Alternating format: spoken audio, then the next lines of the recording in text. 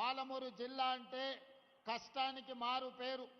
ఈ దేశంలో ఎవరు ప్రాజెక్టు కట్టాలన్నా అది ఇక్కడ కట్టే శ్రీశైలమా, నాగార్జున సాగరా, ఎస్ఆర్ఎస్పీయా కాదు. ఈ దేశంలో ఏ మూలకు సాగునీటి ప్రాజెక్టులు కట్టాలంటే తట్ట పని, పార పని, మట్టి పని పాలమూరు బిడ్డలే బాగా చేస్తారని ప్రసిద్ధి. ఈనాడు ఈ జిల్లా వెనుకబడడానికి కారణం ప్రధానంగా సాగునీటి ప్రాజెక్టులు పూర్తి కాకపోవడం. రెండవది, ఈ జిల్లాలో విద్యా అవకాశాలు లేకపోవడం వల్ల, చదువుకోకపోవడం వల్ల నిరక్షరాస్యత కూడా మన ప్రాంతానికి ఒక శాపంగా మారింది.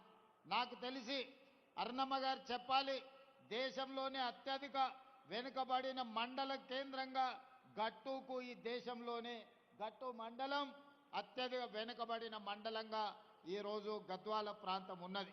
అంటే ఈరోజు తెలంగాణ ప్రాంతంలో కష్టపడే తత్వం ఉన్న, నమ్మకంగా విశ్వాసంగా పనిచేసే పాలమూరు జిల్లా వెనుకబడడానికి కారణం ఆనాటి పాలకులు, ప్రభుత్వాలు మన జిల్లాకు చేయాల్సిన న్యాయం చేయలేదు, ఇవ్వాల్సిన నిధులు ఇవ్వలేదు.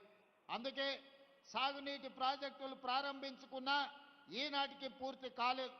ఈనాడు పదే పదే ప్రతిపక్షంలో ఉన్నవాళ్ళు ఈరోజు మాట్లాడుతున్నారు, మేమున్నప్పుడు గొప్ప గొప్ప విజయాలు సాధించినము, మీరు వచ్చిన తర్వాత ఈరోజు అన్ని పనులు ఆగిపోయినాయి అని.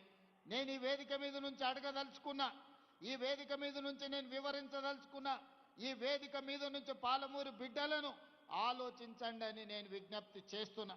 ఈనాడు ఈ జిల్లాలో ప్రధానంగా నిర్మిస్తున్న ప్రాజెక్టులు, ప్రారంభమైన ప్రాజెక్టులు ఏ ఒక్కటైనా గతంలో 10 సంవత్సరాలు పరిపాలన కొనసాగించిన ఆనాటి తెలంగాణ రాష్ట్ర మొట్టమొదటి ముఖ్యమంత్రి గారు ఒక్క కొత్త ప్రాజెక్ట్ అయినా పాలమూరు జిల్లాకు మంజూరు చేసిండా అని నేను సూటిగా సవాలు విసురుతున్నా.